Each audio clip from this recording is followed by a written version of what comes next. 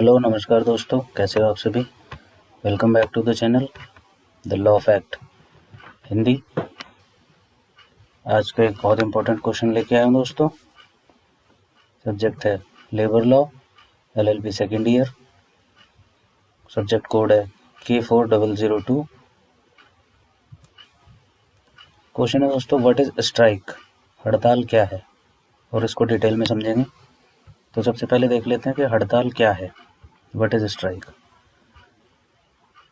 तो हड़ताल दो तरह की होती है। इसकी जो है पहले हम समझते हैं कानूनी परिभाषा क्या है, और स्थायी प्रकृति पढ़ेंगे और सामूहिक कार्यवाही पढ़ेंगे।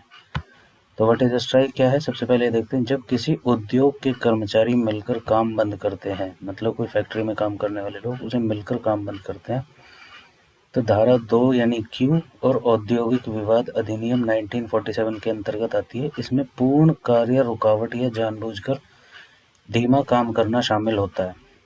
ठीक है, मतलब जानबूझ के काम को स्लो किया जाता है या बंद किया जाता है। टेम्परेरी नेचर क्या होता है स्ट्राइक का, स्थायी प्रकृति। कर्मचारी काम रोकते हैं लेकिन नौकरी नहीं छोड़ते हैं। सर्वोच्च न्यायालय ने फैसला दिया, ये 1989 का केस है, BR सिंह, कि कानूनी हड़ताल के दौरान कर्मचारी नौकरी पर बने रहते हैं इस केस की वजह से। ठीक है, स्थायी प्रकृति मतलब टेम्परेरी जो हड़ताल करते हैं उसमें क्या करते हैं, कर्मचारी सिर्फ काम रोकते हैं, नौकरी नहीं छोड़ते हैं। ठीक है, सामूहिक कार्रवाई अब तीसरा आता है। इसमें क्या करते हैं, कई कर्मचारियों को एक साथ शामिल होना चाहिए, इसमें भागीदारी चाहिए। बड़े उद्योगों में 500 प्लस कर्मचारी मतलब 50% कर्मचारियों की, छोटे उद्योगों में 75% की यूनियन की मंजूरी जरूरी है। ठीक है, ये 3 पॉइंट है, इनको समझ लीजिए। आगे बढ़ते हैं। लीगल रिक्वायरमेंट ऑफ स्ट्राइक, मतलब हड़ताल के लिए कानूनी शर्तें भी होती हैं, वो देख लेते हैं क्या क्या होते हैं। नोटिस पीरियड देना पड़ता है सबसे पहले, मतलब सूचना अवधि, कि हड़ताल से 6 हफ्ते पहले नियोक्ता को बताना ज़रूरी है कि हम हड़ताल पे जा रहे हैं। ठीक है, हमने मतलब जो कंपनी के फैक्ट्री के वर्कर हैं उन्हें नोटिस पीरियड देना पड़ता है 6 हफ्ते पहले। समय नियम, टाइमिंग रूल्स बताने पड़ते हैं। सूचना के 14 दिन के अंदर या बातचीत के दौरान हड़ताल नहीं होनी चाहिए। जो 14 दिन का टाइम दिया जाता है समय नियम टाइमिंग, उसमें उसके दौरान हड़ताल नहीं होनी चाहिए। और केवल उद्योग कर्मचारी, मतलब जो वहाँ पे काम करते हैं वही स्ट्राइक कर सकते हैं। सिर्फ उद्योग में काम करने वाले लोग ही हड़ताल कर सकते हैं, बाकी बाहर का कोई आके हड़ताल नहीं कर सकता। ये हड़ताल के कानूनी नियम होते हैं, कानूनी शर्तें होती हैं। सिंपल समझते हैं, when is a strike valid, हड़ताल कब वैध होती है। ठीक है, कब वैध होती है, सभी कानूनी सूचना आवश्यकताओं की पूर्ति करती हो, मतलब पहले उसको कानूनी पालन करना पड़ता है, कानूनी अनुपालन। ठीक है, सभी कानूनी सूचना आवश्यकताओं की पूर्ति करना। हड़ताल वैध श्रम मुद्दों के लिए होनी चाहिए, मतलब strike must be for legitimate labour issues. जो मेन मुद्दे हैं, जो काम के मुद्दे हैं, उसी पे हड़ताल होनी चाहिए। ये नहीं कि कुछ भी उठा के बोल दिया कि हमें ये चाहिए, हमें वो चाहिए। ठीक है, कानून द्वारा निर्धारित सभी प्रक्रियाओं का पालन करना चाहिए जब स्ट्राइक हो रही हो। और नंबर लास्ट, अधिकारियों के समक्ष लंबित विवाद के दौरान हड़ताल नहीं होनी चाहिए। ठीक है, ये कब होती है स्ट्राइक वैलिड, ये उसके कुछ पॉइंट है, ये आप ध्यान से देख लीजिएगा।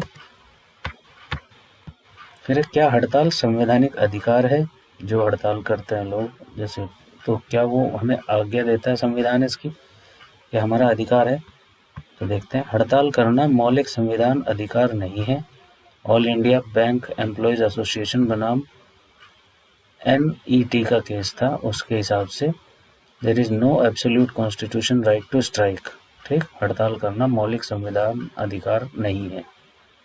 ठीक है, फिर उसके बाद दूसरा, अनुच्छेद 19A/C, संघ बनाने का अधिकार संविधान द्वारा संरक्षित है। मतलब आप ग्रुप बना सकते हो, जैसे यूनियन ग्रुप होते हैं, यूनियन मीटिंग होती है, वो अधिकार है, लेकिन हड़ताल करना मौलिक अधिकार नहीं है। तीसरा पॉइंट, हड़ताल का अधिकार सीधे संविधान द्वारा नहीं है, बल्कि कानून द्वारा प्रदान किया गया है। आप समझ लो कि हड़ताल जो है वो संविधान में नहीं है। क्या संविधान में लिखा है कि आप हड़ताल कर सकते हो, पहले आपको कानून की मंजूरी लेनी पड़ेगी। अगर आपको कानून मंजूरी देता है, मतलब आपके थाना आसपास, वहाँ जाके, उसमें हमने थोड़ी देर पहले देखा कि पहले आपको अनुमति लेनी पड़ती है, अगर उन्होंने परमिशन दी तो ही आप हड़ताल कर सकते हो, वरना हड़ताल नहीं कर सकते हो, सिंपल भाषा में। ठीक है। मुख्य न्यायिक उदाहरण, इसके कुछ केसेस के माध्यम से समझ लेते हैं। पहला केस था कॉक्स एंड किंग्स लिमिटेड बनाम कर्मचारी, औद्योगिक न्यायाधिकरण इसका कोर्ट था, और फैसला क्या है, उचित कारणों के लिए हड़ताल कर सकते हैं। ठीक है। कॉक्स एंड किंग्स जो केस था, औद्योगिक न्यायाधिकरण मतलब इंडस्ट्रियल कोर्ट ने इसका फैसला दिया था कि उचित कारणों के लिए आप हड़ताल कर सकते हैं। All India bank employees association, इसमें क्या है, तो सुप्रीम कोर्ट का फैसला था कि हड़ताल मूल अधिकार नहीं है। अब आप समझ रहे हो कि हमारी इंडिया की जो सबसे बड़ी कोर्ट है वो सुप्रीम कोर्ट है, और उसने कहा कि हड़ताल मूल अधिकार नहीं है। ठीक। कंक्लूजन देख लेते हैं दोस्तों। अधिकारों का संतुलन, कानूनी नियम और सामूहिक मोल भाव। सबसे पहले अधिकारों का नियम, ये क्या कहता है, कंक्लूजन क्या है कि कर्मचारी अधिकार और आर्थिक ज़रूरतें दोनों ज़रूरी हैं। मतलब जो कर्मचारी है उसके अधिकार और आर्थिक ज़रूरतें दोनों ज़रूरी हैं। तो हड़ताल श्रमिकों को मोल भाव करने में मदद करती है, पर कानून इन्हें नियंत्रित करता है। मतलब हड़ताल जो है वो वर्कर को मोल भाव करने में ज़रूर मदद करती है, कि जैसे कुछ भी हो सकता है कि उन्हें सैलरी कम मिल रही है, थोड़ी सैलरी बढ़ाई जाए, पर इन्हें कानून के रास्ते से ही हासिल किया जा सकता है। केवल कानूनी कदम अपनाने पर मान्य होती है हड़ताल, यह संवैधानिक अधिकार नहीं है, ये हमने पीछे पढ़ चुका है। कानूनी नियम क्या होता है, कानून हड़तालों को नियंत्रित करता है और असीमित अधिकार नहीं है ये। ठीक।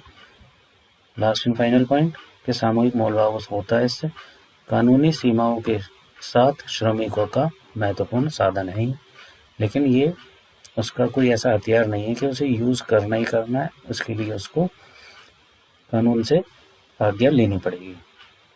तो ठीक है दोस्तों, अगर आपको वीडियो अच्छी लगी हो तो वीडियो को लाइक कीजिए, चैनल को सब्सक्राइब कीजिए। मिलते हैं नेक्स्ट वीडियो में, तब तक के लिए थैंक यू सो मच।